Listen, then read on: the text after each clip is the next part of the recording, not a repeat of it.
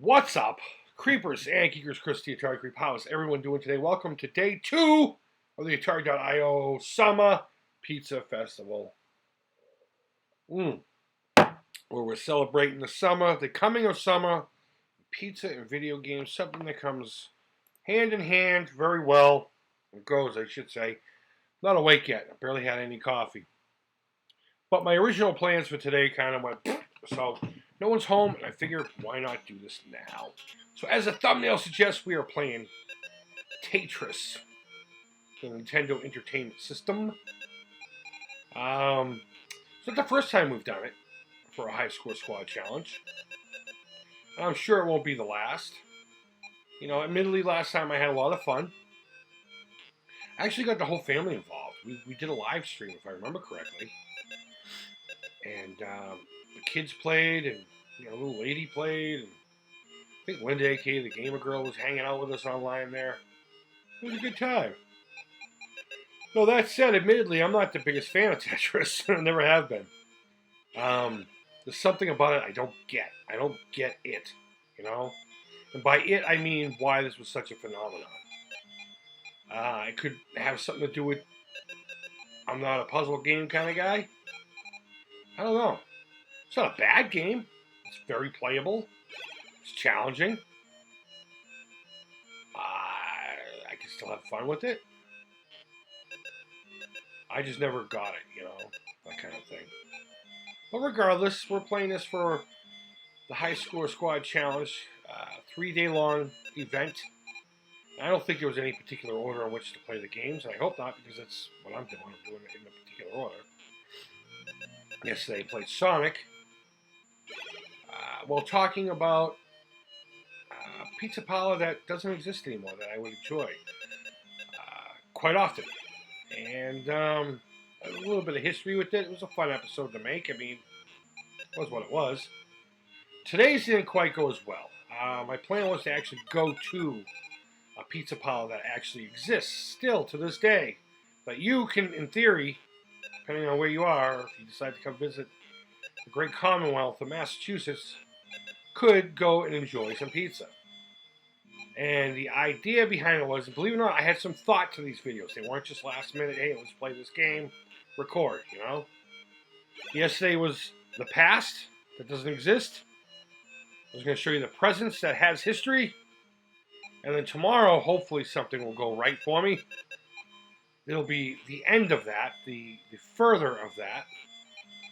I won't say much about it in case it does, and I don't want to give too many spoilers away. But long story short, I went down there yesterday and had a couple slices, and I was talking to the owner, Robert. I said, hey, I got this thing, and explained to him exactly what it was, and he thought it was cool. But he was like, I don't know, people get weird. People get pretty weird when you whip out a camera and start doing stuff. And, I can respect that. And the guy's got a business to run. And he takes care of us, so I'm not going to fucking sit here and call him a jerk or anything, Really nice guy. Great food. Place has been open, since the 70s. I think 74 it opened. And he's the second owner. The first owner was a really nice guy, too. To give you an idea of the type of place this was, I was away for 15 years, guys. 15 years. And I didn't know Robert too well. I want to say he had taken it over just before we left. And one of the first places I went to eat was there afterwards. And the first thing I did was I walked in there and was like, hey, buddy, where's your fucking brother been? I guess my brother had stopped going there for a while. I don't know. I'm like, I don't know. So, 15 years, the guy knew exactly who I was. So, it would have been nice to film in there. Not necessarily to show you the pizza, but to talk about my history there. But actually, across the street from the joint is a filming location that probably would have taken 3 seconds to talk about. But that would have been fun. That would have been fun to talk about. So, we're not going to do that, apparently. So, I had already filmed myself playing the game of Tetris. And I didn't really give much commentary then, because this is a game I can't really talk while playing. But I guess I'm doing fine now, right? And the point was to show the pizza joint more so than the game, and I was going to cut them in between each other, or maybe just have picture-in-picture kind of a situation. I don't know. Regardless, there was actually going to be a production value to that video, something I never do.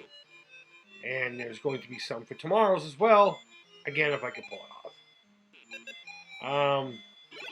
I tried. Sorry, guys. Maybe that's it. Maybe I should just not try and just do what I do. And just leave it as is. But either way, we're here playing Tetris. And you'll see there'll be a point where my brain will just shut off.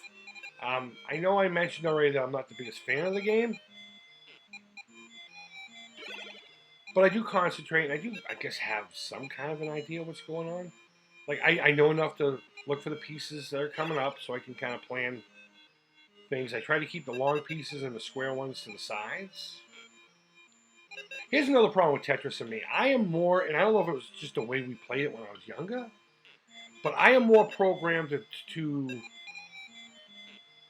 do lines, not score. How many lines can you get versus how far and how many points can you get? So I've never been a point guy with this game to begin with.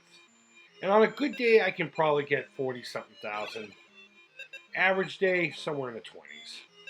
And I'm okay with that. But the next game I'm really excited for, and I hope I can do it in the way I want to do it. If not, I'll still make it special for you guys. Because it's special for me. It truly is. It's actually going to be well, I'm just going to play a video game and talk about it, but inside I'm going to be all, so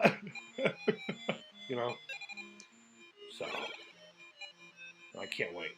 Again, I hope what I plan to do is, it'll be a first for me, in many ways, actually. And that's the point of it. Yeah, I guess I'll go here.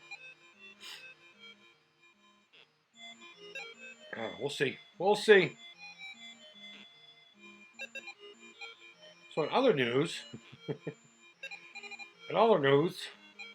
David Gilmour sells off his guitar collection. Guys, holy shit. Let's talk about that. I know this isn't a guitar channel. David Gilmour sold off a lot of his stuff, a lot of his iconic stuff. If you're not familiar, David Gilmour, the guitarist for Pink Floyd, decided late last year that he was going to sell off a handful of his instruments for charity, okay?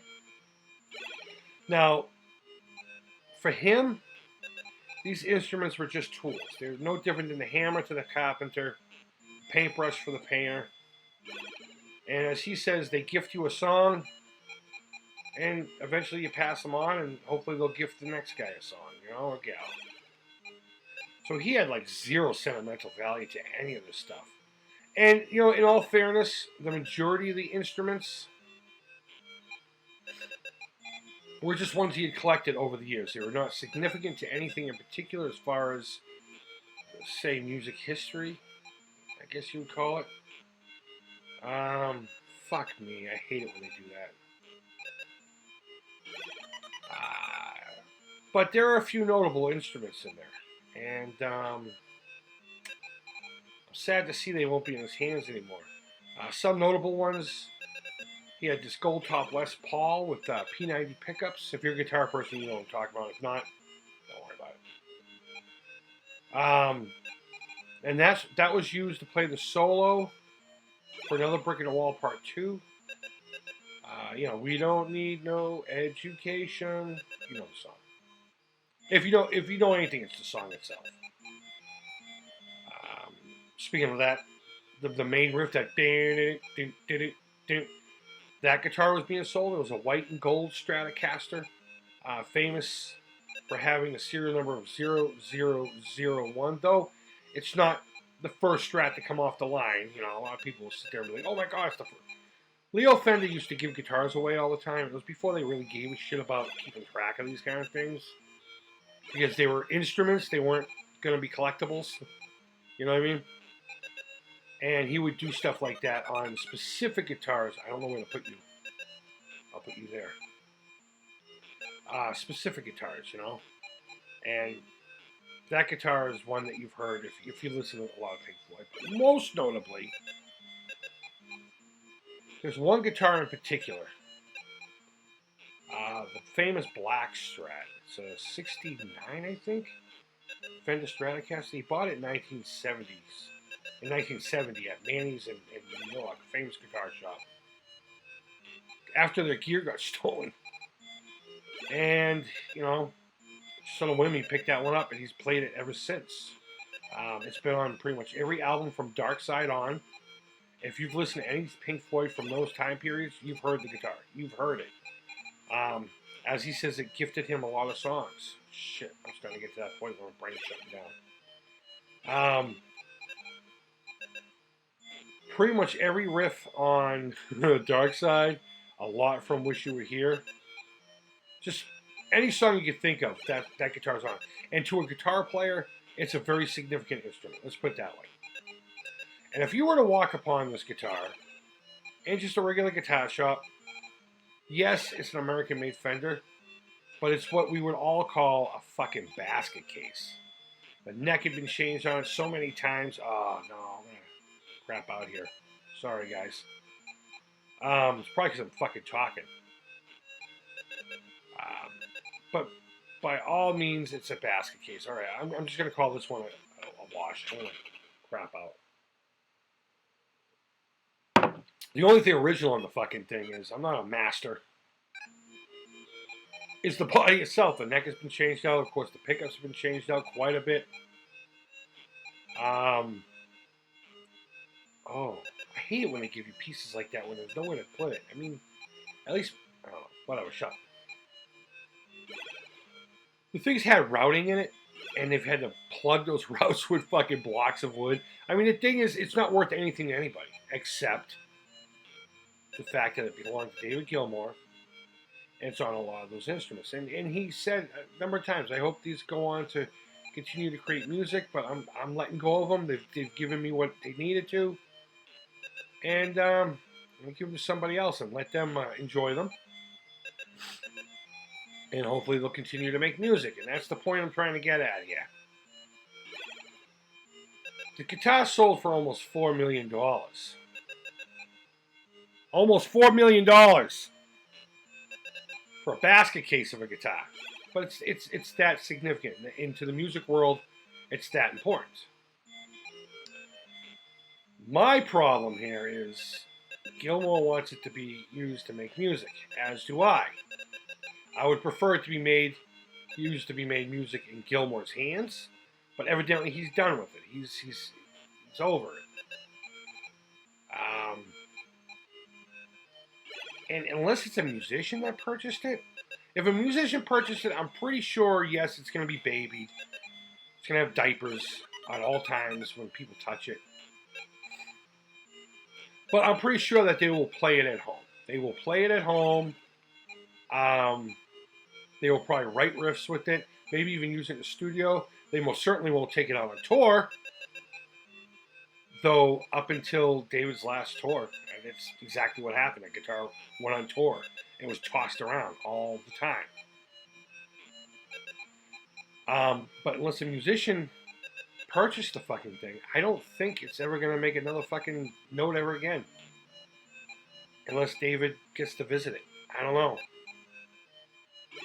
The type of cat that could spend almost $4 million on a basket case guitar just because of who it belonged to and its significance to the history of music is not the type of guy who's going to fucking sit down and play the thing.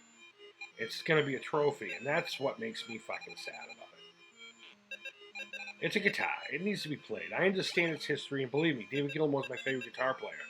He can put more feeling into two fucking notes than most guitarists can put in an entire fucking song, entire album. Just listen to the solo for Comfortably Numb. That's it. That's all you have to hear. And you understand exactly what it is I just said. And that guitar, which I find that more iconic, way better than Frankenstrat, Eddie Van Halen's guitar. which everyone fucking drools over, which is a cool guitar, don't get me wrong. And I've planned to make a replica of that eventually. I just, whatever. Whenever I get to it. But I do have a guitar project coming up. Fuck. I guess I'll put it there. That originally started off as a black Strat tribute guitar, and I do plan on eventually making one. But I want to do it right. I'm not going to just do it with just whatever parts. I'm gonna make it right. I'm going to get the actual pickups that are noted to be in it. They're about $100 a pop, and right now I just don't have the expendable income to spend $100 each on a pickup. I'm guitar fed at $70 for a complete set kind of guy right now. So, yeah, I'll put that there. I don't care. Short hair, don't care. But it just saddens me that guitar is just going to go into a collection. Maybe once in a while it'll be on display somewhere, which I'd be okay with that if I could physically go see the guitar. I mean, I've seen the guitar in person at Foxborough Stadium, which is now Gillette Stadium, in 1994 when they kicked off their entire Division Bell tour here in Boston. Saw all 3 shows from different points of view, from the nosebleed seats, on the floor, and I got to see the guitar in action because I'm goddamn sure he had it that night. But then he was using his red Strat with the MGs in it quite a bit. But regardless, it's not about guitars. But yeah, I can't wait to start building those. I got the body in March. For my birthday, my girl got me a gift certificate to a guitar shop. A website, Guitar Fetish. It sells guitar parts. And I got a body. I got a really nice satin black body. And I've gone to the stratosphere. If you guys are guitar people, you know what I'm talking about. And I got me a really cool black pickguard. A lot of times you get a black pickguard, they're black, white, black. There's a white stripe in the center. Mine is red. It's fucking red. And chrome pickup covers. It's going to be a sexy guitar. It's going to be influenced by the sound of Gilmore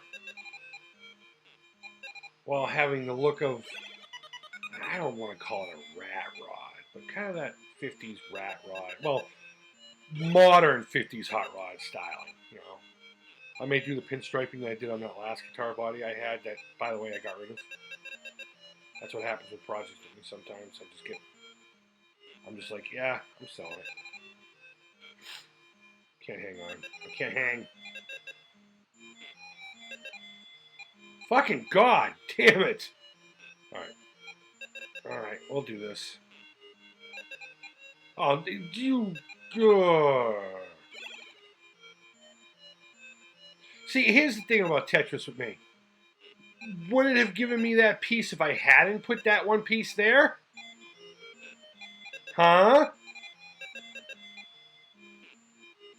Would it still strung me along? I don't know.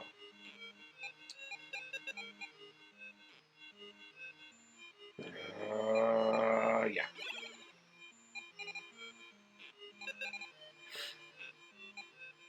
I'm not bad at getting myself out of jams in Tetris. So long as things aren't going completely crazy. Like, I don't know if I talked about my history with Tetris. My history. The first time I ever saw Tetris was at this mall. Town called Peabody, Mass. And I thought the game itself was just crazy fast.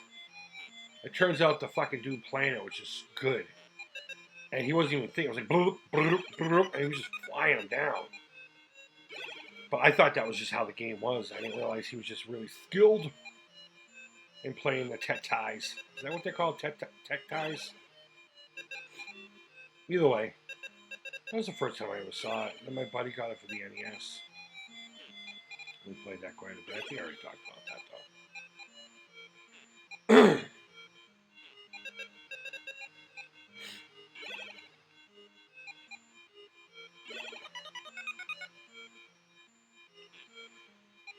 Yep, David Gilmour will no longer be making music with the Black Strat.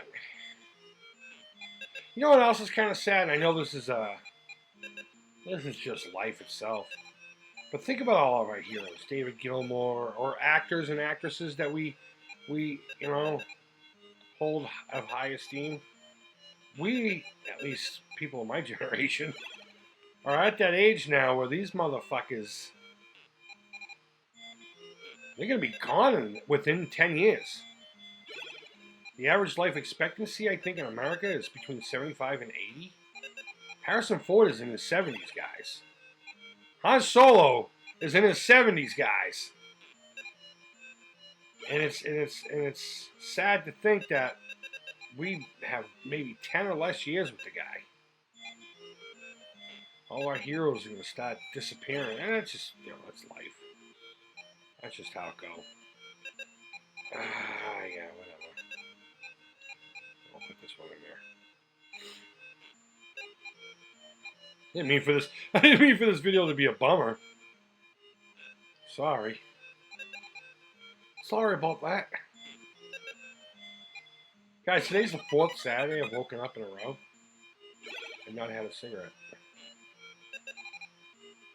And to you that may not be significant, but you're talking to a guy who didn't want to quit. You're talking to a guy who enjoyed, and still to this day enjoys cigarettes.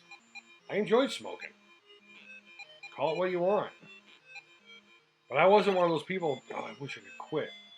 I wish many times that I wasn't dependent to the point where it took over parts of my life. I didn't like that when I was short on cash at some points, that I would go in complete fucking terror panic mode because I knew I wasn't going to have money to buy a pack of butts. I didn't like that.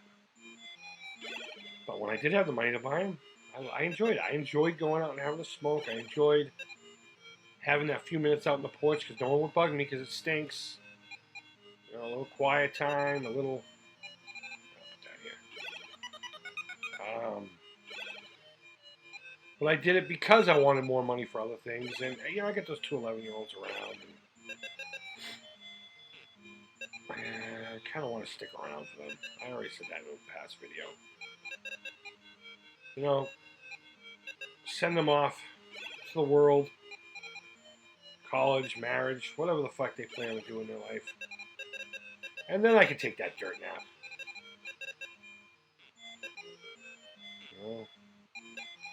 One of them asked me if I was going to walk them down the aisle if they got married. I was like, of course I will, sweetheart. Because I'm not their actual father, Their actual father did pass away from habits. I'm not going to get into the personal bullshit of it, but these poor girls, their daddy died. And that effect, they were 2. And the effects are still felt. And I know when my dad died, I got bummed out. Alzheimer's Association, don't forget to donate down below. When my fucking father died, I was an adult. And I was a fucking mess. Imagine, little child. And they're getting to that point where they're like, I don't even remember the guy. But we got pictures of him all over the place so they can, and they get this thing called the daddy phone, which they don't really use as much anymore because they're getting older. But they can, in theory, talk to him, that kind of thing. Wow, this fucking episode really is a bummer. Oh, no! Right there, my brain literally just shut. Oh, no! Oh, that was a fucking bonehead move. Rookie bullshit.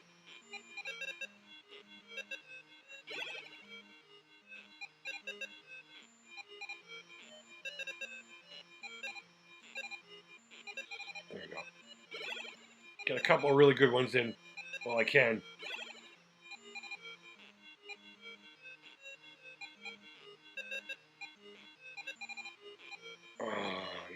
I think we're calling it quits here, guys. I'm done. I'm done. All right, I'm not even gonna let you finish watching this. I'm going right to my mug. What was my score, by the way? Okay, it's the highest one I've gotten so far, so that's definitely going into the records, guys. Let me write it down, actually. I gotta go back into the screen. So guys, yeah, that's Tetris for your Nintendo Entertainment System. 31705. Oh my goodness. I'm getting fireworks to boot after this bummer of an episode of the Atari Creep. But regardless, guys, hope you're enjoying this summer fest with pizza, video games. If you haven't yet, go over to Atari.io and see what else is going on. See who's winning the high score squad challenges and stuff. Someone has suggested that I show where I fared or placed in the previous ones for the monthly ones. They're actually bi-monthly. Every 15 days, I believe he tries to do it.